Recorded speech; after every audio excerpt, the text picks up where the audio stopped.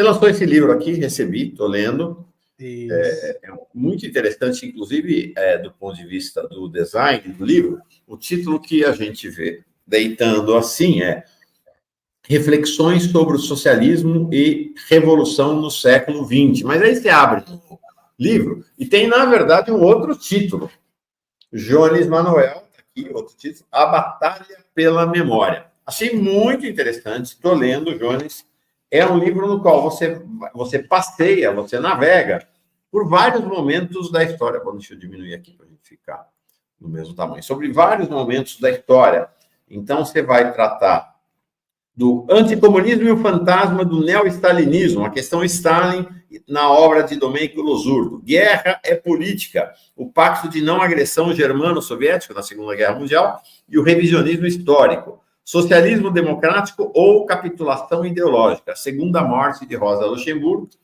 Considerações sobre a obra de Mao Zedong para o Jones, ele é Mao Zedong, para mim continua sendo Mao Tse Tung, não, essa mudança lá, mudar Pequim para Beijing, não consegui entrar nessa não. Lenin, a ruptura anticolonial do comunismo e o marxismo africano, liberdade, igualdade e fraternidade, a outra história dos comunistas no século XX, e você vai terminar com a questão dos Estados Unidos, nas entranhas do monstro, antirracismo revolucionário nos Estados Unidos. É um passeio de um livro raro, né? Hoje, um livro de alguém que se reivindica comunista.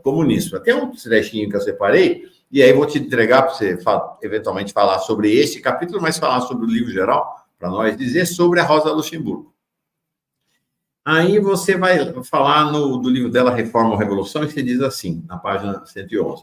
Já no prefácio do livro, Rosa defende que não existe uma dicotomia entre reforma e revolução. Em vez disso, a primeira, reforma, é um meio de preparar as condições para a segunda, a revolução, treinando o proletariado para a luta e o exercício do poder. E aí é uma citação dela que existe para a social-democracia. Naquela época da Rosa Luxemburgo, a social-democracia é o equivalente aos comunistas, né? Ela foi se degradando depois disso, né? Existe para a social-democracia um laço indissolúvel entre reformas sociais e a revolução, sendo a luta pelas reformas o meio, mas a revolução social o fim. É sintomático que a autora aponte esse fim como a conquista do poder político e a supressão do assalariado. Friso a palavra conquista, entre aspas, né, que você está tomando dela, porque ela não só é uma expressão, mas tem sentido político e teórico, indicando que o proletariado só alcança o poder por meio de uma ruptura. Está aqui, Jones Manuel. O que é esse livro, Jones? E obrigado por ter enviado aqui, estou lendo, estou saboreando, gostando.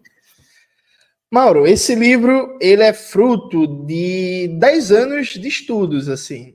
Acho que quando eu virei comunista, eu desde sempre tive que lidar com essa... Eu nasci em 1990, né? Então, o muro estava caindo e eu estava nascendo. E aí, quando eu virei comunista, tive que lidar desde sempre com a questão, tá, e o século XX, e a União Soviética, e Stalin, e a China, e Cuba, e o Muro de Berlim, e a Alemanha Oriental. E eu nunca me convenci dessa história, Mauro, nunca fez sentido para mim a ideia de que tudo que aconteceu no século XX deu errado, mas a gente é comunista porque a gente tem que voltar a Marx, a gente tem que ler melhor Marx, a gente tem que defender um marxismo que não foi contaminado pela experiência histórica. Desde que eu comecei a minha militância, fazer um balanço sobre a história do movimento comunista sempre foi uma questão, porque para mim, se eu acredito que tudo que o movimento comunista fez na história foi só desgraça, não faz sentido ser comunista hoje. Porque uma coisa é você ser derrotado, ainda que num processo pontuado de vitórias, né? E aí você tenta de novo. Outra coisa é você acreditar que todas as vezes que a gente tomou o poder, a gente só fez barbárie, desgraça, miséria e tragédia. Aí, meu amigo, se é essa a narrativa dominante, se ela é verdadeira, não faz sentido mais ser comunista. Então, lá em 2012, Mauro, eu criei um blog e comecei a escrever sobre o tema, eu comecei a debater sobre o tema e passei 10 anos da minha vida muito voltado a estudar, né? A temática, li tudo que você pode imaginar dos debates sobre a história da União Soviética, da experiência socialista no século XX, debate sobre transição socialista. Esse livro, ele junta textos que eu escrevi nos últimos 4 anos, que foram reformulados, reescritos, além de textos inéditos, e é uma espécie de acerto de contas, né? Tudo que eu estudei nos últimos 10 anos para chegar a essa síntese de um novo paradigma de análise do que são as experiências socialistas, do que foram as experiências socialistas do século XX. O que eu me proponho a fazer, seguindo muito a trilha de vários autores, como o Domênico Lossurdo, de um lado, o Michael Parenti, dos Estados Unidos, o James Petras, o Vijay Prashad e vários outros marxistas pelo mundo afora, é dizer assim, ó, temos erros e problemas das experiências socialistas do século XX, precisamos estudá-las seriamente, fazer uma autocrítica, mas não é verdade que foi tudo uma tragédia, foi tudo um horror, que tudo precisa ser renegado, e a gente precisa compreender que a memória que foi construída sobre o século XX é necessariamente uma memória dos vencedores da Guerra Fria, portanto, é uma memória enviesada de liberalismo e de anticomunismo, e que fazer uma verdadeira autocrítica não é aceitar essa narrativa dos vencedores da Guerra Fria, é, na verdade, combatê-la e construir uma memória, um balanço histórico verdadeiramente revolucionário sobre o que foi o século XX. Aliado a isso, inevitavelmente, eu acabo dentro desse debate de fazer uma espécie de revisionismo histórico do bem revolucionário, de rever o consenso histórico do século XX, fazer um debate também com várias correntes e tradições marxistas que, ao meu ver, acabam aderindo a esse balanço histórico da classe dominante, né? Exemplo clássico disso é a corrente trotskista.